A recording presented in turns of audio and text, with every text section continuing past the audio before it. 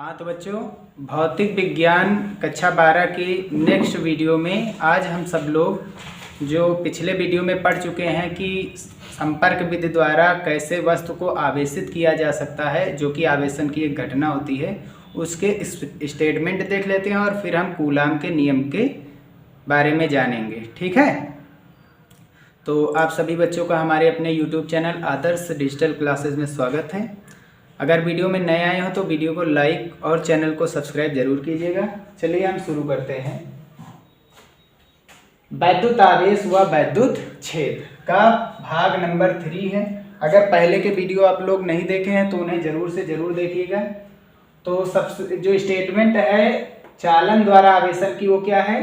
जब एक अनावेशित वस्तु को किसी आवेशित वस्तु के साथ चालक तार द्वारा जोड़ते हैं। कोई एक अनावेशित वस्तु है और उस वस्तु को हम एक आवेशित चालक, कोई एक आवेशित चालक है, उसके साथ हम क्या किससे जोड़ते हैं? एक तार से जोड़ते हैं। ठीक है, तो इस तार द्वारा जो है इलेक्ट्रॉन किधर जाने लगता है? इस अनावेशित वस्तु में। या इसे ऐसे भी कर सकते हैं, अनावेशित वस्तु को इस आवेशित वस्तु के साथ क्या कर देंगे? आपस में स्पर्श करा देंगे। तो स्पर्श कराने से ये इलेक्ट्रॉन का क्या हो जाता है? स्थानांतरण, यानी उच्च सांद्रता से निम्न सांद्रता की ओर इलेक्ट्रॉन जाने लगते हैं। तो यहाँ पर भी क्या आ जाता है? धनावेश, यानी ये भी वस्तु धीरे धीरे क्या हो जाती है?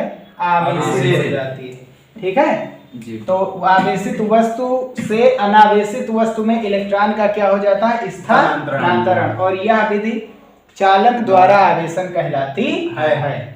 तो दूसरी क्या थी? घर्षण द्वारा आवेशन। तो चालन विधि में आवेशन किसका किया जाता था? चालक का। ठीक है, जब किसी चालक को हम आवेशित करते हैं तो चालन द्वारा करते हैं या फिर प्रेरण द्वारा करते हैं। तो प्रेरण में भी किसको आवेशित किया जा सकता है? केवल चालक वस्तु को। घर्षण द्वारा आवेशन क्या होता है? जब दो अचालक वस्तु को, यानी दो अचालक वस्तु में, तो घर्षण द्वारा आवेशन किसके लिए होता है? अचालक वस्तुओं के लिए होता है। ठीक है, तो जब दो अचालक वस्तुओं को आपस में रगड़ते हैं, दो अचालक वस्तु को आपस में रगड़ते हैं, तो उनमें इलेक्ट्रॉन का क्या होने लगता है? इलेक्ट्रॉन। तो इलेक्ट्रॉन एक दूसरे में स्थानांतरित हो जाते हैं, आने जाने लगते हैं। ठीक है, जिसमें इलेक्ट्रॉन ग्रहण होते हैं, जैसे मान लेंगे इसमें इलेक्ट्रॉन ग्रहण हो रहे हैं, तो ये क्या हो जाएगी? ऋणावेशित। और इस वाले से इलेक्ट्रॉन निकल रहे हैं, यानी इसमें कमी हो रही, तो ये क्या हो जाएगी? धनावेशित। और यह घटना जो है या यह विधि घर्षण द्वारा आवेशन कहलाती है। प्रेरण द्वारा आवेशन क्या होता है? यहां से शुरुआत होता है हमारा वीडियो कि प्रेरण द्वारा आवेशन क्या होता है। तो प्रेरण द्वारा आवेशन किसी वस्तु को बिना स्पर्श किए आवेशित करने की प्रक्रिया प्रेरण द्वारा आवेशन कहलाती है। यानी वस्तु को हम संपर्क में नहीं लाएंगे, वस्तु को एक दूसरे से स्पर्श नहीं कराएंगे, अलग अलग रखेंगे और फिर उनसे हम क्या कर देंगे? एक वस्तु से दूसरी वस्तु आवेशित कर देंगे, तब यह घटना प्रेरण द्वारा आवेशन कहलाती है। ठीक है जी सर। और यह किसके लिए यूज होता है? चालक के लिए। चालक को जब हम आवेशित करते हैं तो या तो चालन विधि द्वारा या फिर प्रेरण विधि द्वारा। अचालक को हम किस विधि द्वारा आवेशित करते हैं? घर्षण विधि द्वारा। तो देखते हैं ये कैसे क्या होता है प्रेरण। प्रेरण द्वारा आवेशन, मान लेंगे एक कोई यहां पर रखी गई है आवेशित वस्तु, मान लेंगे कोई धनावेशित वस्तु यहां पर रखी हुई है।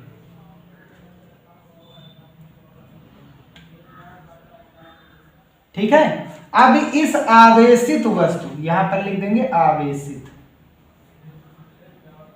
और इसे हमने कौन सा आवेश दिया है? धनावेश। अब इस आवेशित वस्तु के समीप हम कोई एक उदासीन वस्तु रखे हैं। कौन सी वस्तु रखे हैं? उदासीन। उदासीन। उदासीन की खास बात यह है कि इसके पास जितना धनावेश हो उतना ही ऋणावेश। उदासीन होने का मतलब जितना इसके पास प्लस है उतना ही माइनस है, तभी ये उदासीन हो गया।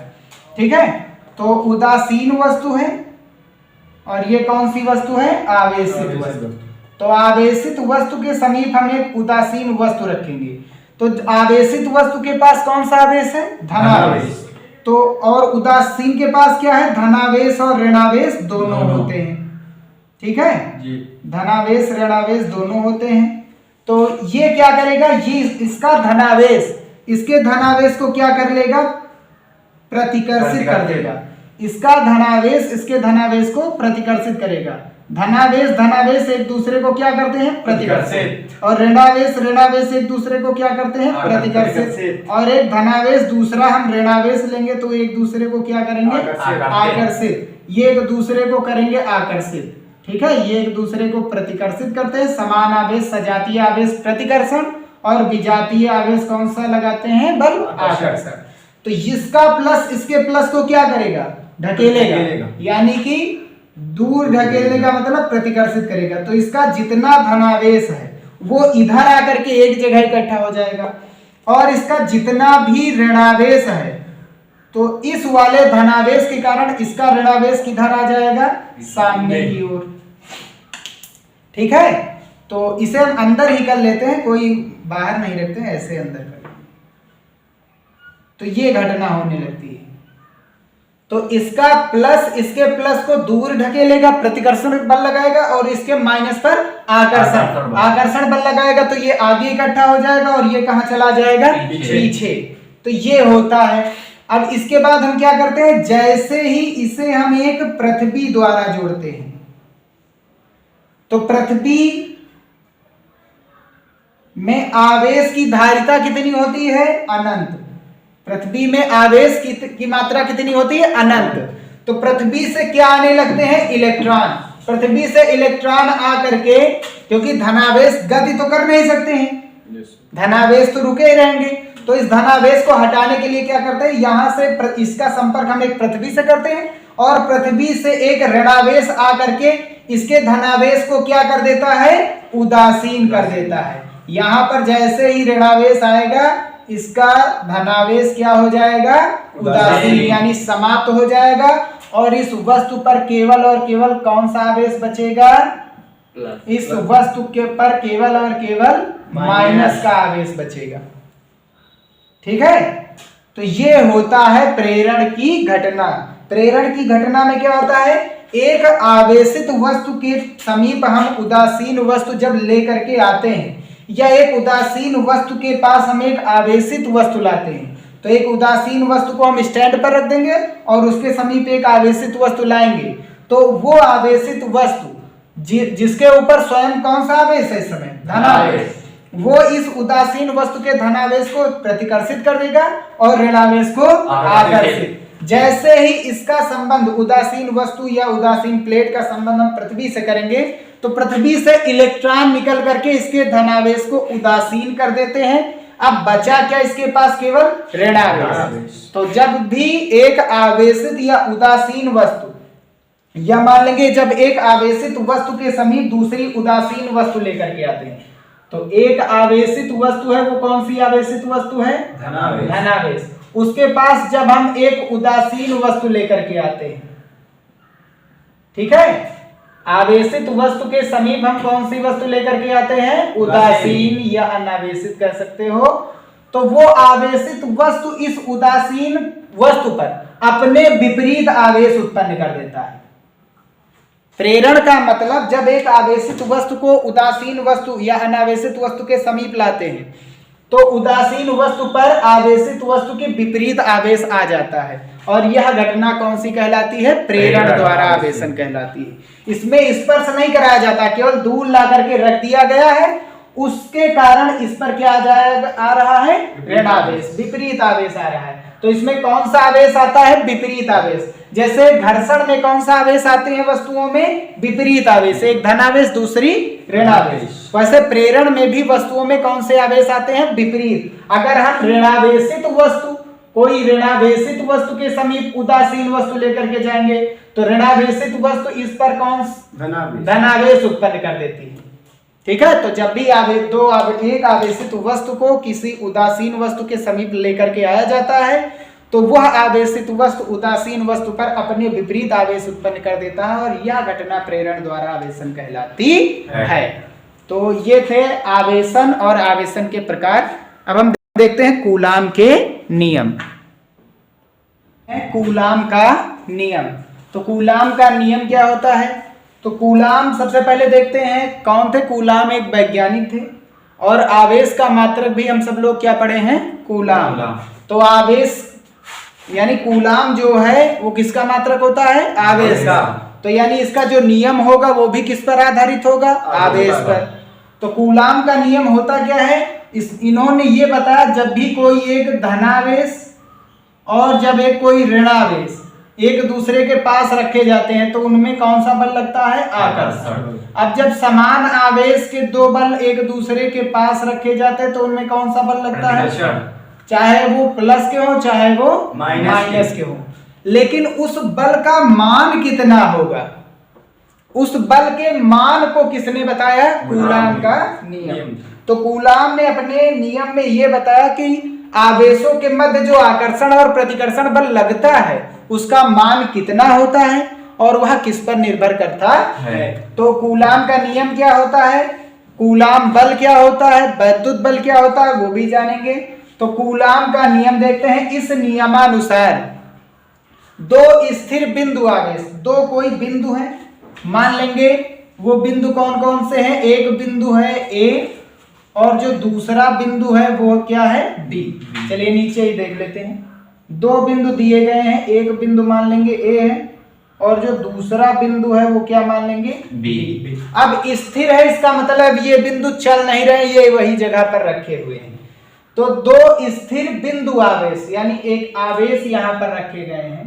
एक पर मान लिया आवेश कितना है? Q1 और जो दूसरा उस पर मान लेंगे आवेश कितना है? Q2। तो दो स्थिर बिंदु हैं और उन्हीं बिंदु पर क्या रखे गए हैं? आवेश। अब क्योंकि ये आवेश जब तक कहेगा नहीं पॉजिटिव निगेटिव, हम क्या लेकर के चलेंगे? पॉजिटिव। तो ये आवेश अपने आप में धनात्मक है और ये भी आवेश अपने आप में क्या है? धनात्मक। तो ये एक दूसरे पर कौन सा बल लगाएंगे? प्रतिकर्षण। तो ये एक दूसरे पर कौन सा बल लगाएंगे? प्रतिकर्षण। अब इसमें इन्होंने ये तो बताया नहीं कि आवेश के चिन्ह समान ही हैं, आवेश के चिन्ह असमान भी हो सकते हैं। तो इनमें या तो आकर्षण बल लग जाएगा और या फिर प्रतिकर्षण बल लग जाएगा। प्रतिकर्षण बल जब दोनों के समान होंगे चिन्ह, आकर्षण बल जब दोनों के चिन्ह अलग अलग होंगे। तो दो आवेश रखे गए Q1 और Q2 और उनके मध्य जो बल लग रहा है वो या तो आकर्षण या फिर प्रतिकर्षण बल लगेगा। ये चीज है, आवेश आवेश पर क्या लगाता है? बल। उसी बल का नाम है वैद्युत बल या कूलाम बल।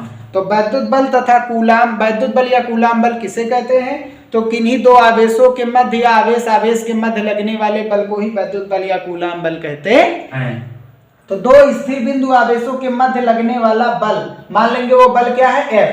उन दोनों आवेशों के कौन कौन से आवेश, जो बल है बल F, वो उन दोनों आवेशों कौन कौन से आवेश है? Q1 और Q2 दोनों आवेशों के गुणनफलों, गुणनफलों मतलब गुणाकार के क्या होता है? समानुपाती। यानी बल जो है आवेशों के गुणनफलों के समानुपाती व तथा उनके मध्य दूरी, मान लेंगे इन दोनों के मध्य जो दूरी है वो दूरी क्या मान लेंगे? r। इन दोनों के मध्य जो दूरी है वो क्या है? r का क्या करना है? वर्ग।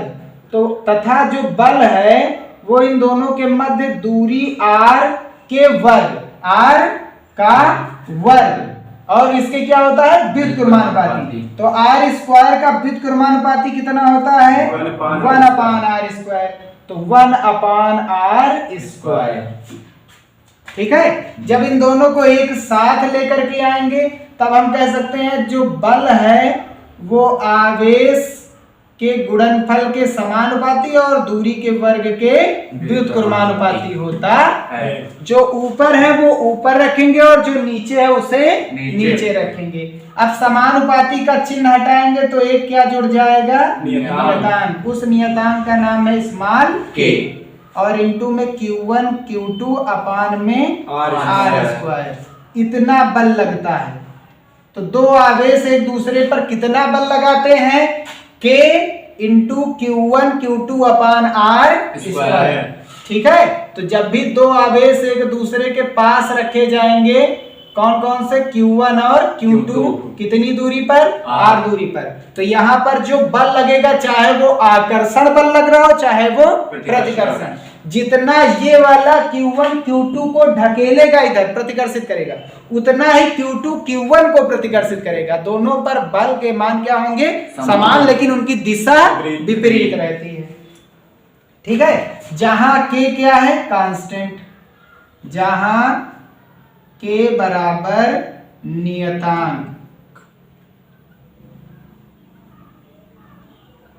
ठीक है, यदि माध्यम कैसा हो, माध्यम कैसा हो, वायु हो, यदि माध्यम कैसा हो, वायु, माध्यम वायु, तब स्मॉल के बराबर क्या रखा जाएगा, 1/4 पाई इप्सिलॉन नॉट, और जिसका मान होता है 9 गुणे 10 की घात 9।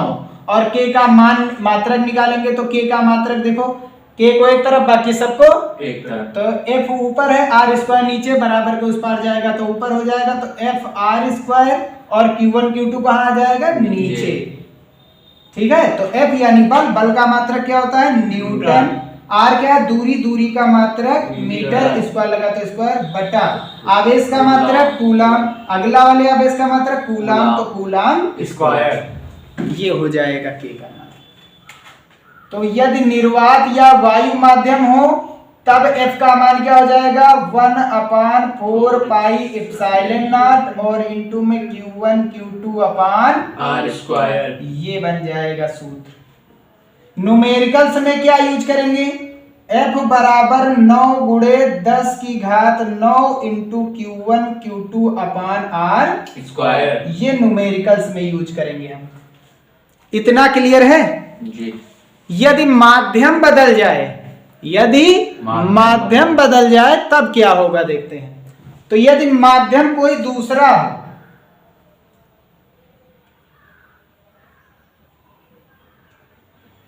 निर्वात या वायु के लिए यही रहेगा, बाकी अन्य माध्यम, माध्यम दूसरा हो, माध्यम अन्य कोई भी, अन्य माध्यम के लिए स्मॉल के का मान क्या हो जाएगा, 1/4 पाई इप्सिलॉन नॉट इंटू में कैपिटल के, ये स्मॉल के और ये कैपिटल के, और जहां कैपिटल के बराबर ये है परावैद्युतांक। ये इसलिए यूज किया जाता है ताकि जो बल लग रहा आकर्षण और प्रतिकर्षण बल, आकर्षण या प्रतिकर्षण बल के मान को घटा देता है, तो ये बल को क्या कर देता है, बल को घटा देता है। परावैद्युतांक क्या करता है, परावैद्युतांक यानी परावैद्युत पदार्थ का कोई एक मान होता है, जैसे गलन का गलनांक, क्वथन का क्वथनांक, वैसे परावैद्युत पदार्थ का परावैद्युतांक, इसके बारे में भी देखेंगे। और या फिर इसकी जगह पर हम लिख सकते हैं 1/4 पाई इप्सिलॉन, किसी अन्य माध्यम मान लेंगे मीडियम है तो उसे क्या लिख देंगे m, या फिर कुछ भी ना लिखो, ऐसे ही लिख दो, नॉट नहीं लगाएंगे, ये हो जाएगा अन्य माध्यम के लिए। ठीक है, k का मान, तब f का मान 1/4 पाई इप्सिलॉन नॉट इंटू में कैपिटल के, और इंटू में पहला आवेश दूसरा आवेश बटे दोनों आवेशों के बीच की दूरी का बल। ये बन गया वैद्युत बल या कूलाम बल का सूत्र।